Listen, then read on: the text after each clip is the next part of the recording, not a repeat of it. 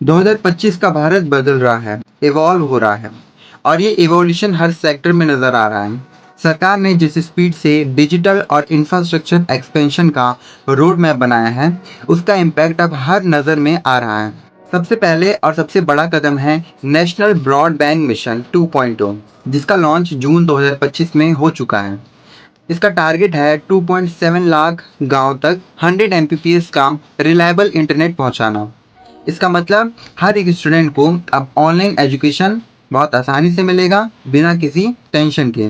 हर PHC telemedicine से जुड़ेगा और हर ग्राम पंचायत डिजिटल इंडिया का पार्ट बनेगा।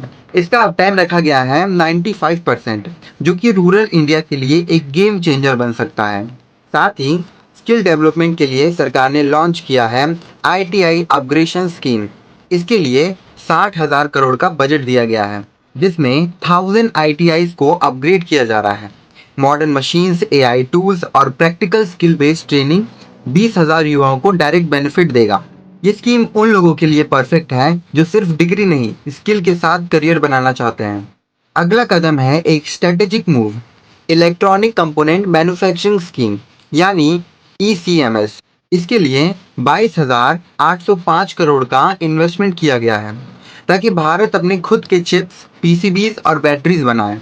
आज इंडिया का इलेक्ट्रॉनिक इंपोर्ट पर बहुत ज्यादा निर्भर है, लेकिन ईसीएमएस से made in India ecosystem ready हो रहा है। इसका मतलब है फ्यूचर में जॉब्स भी होंगे और टेक कंट्रोल भी अपना होगा। अब बात करते हैं किसानों की, जिनके लिए जुलाई 2025 में एक डिजिटल गिफ्ट लेकर आया है। लॉन्च हुआ है कृषि निवेश पोर्टल, जिसमें 300 प्लस एग्रीकल्चर स्कीम्स एक ही जगह पर मिलेगी। पीएम फसल बीमा योजना, पीएम किसान का डायरेक्ट बेनिफिट हो या इरिगेशन स्कीम, ये सब कुछ एक ही पोर्टल पर। किसान को अब अलग अलग दफ्तर पर नहीं भटकना पड़ेगा, सिर्फ एक क्लिक पर सब कुछ एक्सेस मिलेगा।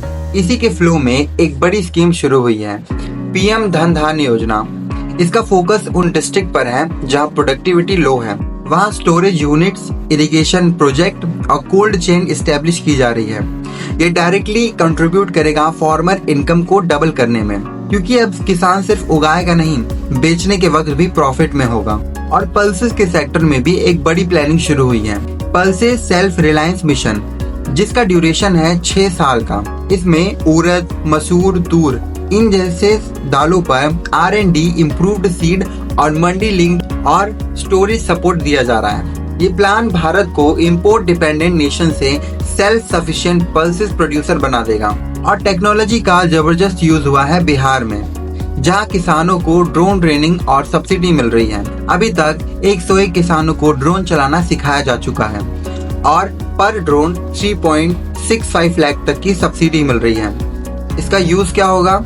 पेस्टिसाइड स्प्रे करने में, फर्टिलाइजेशन डिस्ट्रीब्यूशन में, बिना किसी कांटेक्ट के और बिना किसी डेंजर के।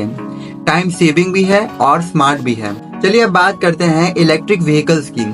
जुलाई 1, 2025 को लॉन्च हुआ है हीरो वेदा VX2, एक अफोर्डेबल इलेक्ट्रिक स्कूटर जो कि 70,000 से 90,000 के बीच में आ रहा है।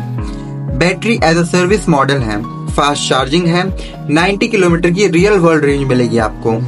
स्कूल और कॉलेज स्टूडेंट के लिए परफेक्ट ऑप्शन है ये। 3 जून को लॉन्च हुआ है टाटा हैरियर EV, जिसका रेंज है 627 किलोमीटर और फीचर्स में V12 व्हीकल टू लोड और एडास फीचर से लोडेड है। ऐसे कुछ फ्यूचरिस्टिक ऑप्शन है। ये SUV ट्रैवल लवर्स और फैमिली के लिए एक कंप्लीट प्रीमियम पैकेज बन गया है, स्मार्ट डैशबोर्ड के साथ। अब बात करते हैं लद्दाख के हाई एल्टीट्यूड रीजन में स्टार्ट हो गया है इंडिया का पहला hydrogen fuel based public transport project. Leh में अब हाइड्रोजन बसेस चल रही हैं 11,562 फीट की हाइट पर, यानी क्लियर एनर्जी अब माउंटेन्स तक पहुंच चुकी है। तो दोस्तों, अगर आप सोच रहे हो कि 2025 में इंडिया किस डायरेक्शन में जा रहा है, तो जवाब है टेक्नोलॉजी, ग्रोथ, रोजगार। यही सब जुलाई 2025 इंडिया को एक मॉडर्न इंडिया बनाता है। अगर ये वीडियो आपको पसंद आई हो तो लाइक जरूर करें और कमेंट करके जरूर बताएं कि आप इनमें से किस चीज के लिए सबसे ज्यादा एक्साइटेड हो। मिलते हैं अगले अपडेट के साथ, तब तक के लिए द टोटल एनसीईआरटी को सब्सक्राइब कर लीजिए। यहाँ पर ऐसी बहुत ही इन्फॉर्मेटिव वीडियोस आपको डेली मिलती रहती हैं। मैं मिलता हूँ आपसे अगले वीडियो में, तब तक के लिए द टोटल एनसीईआरटी पे वीडियोस देखते रहिए।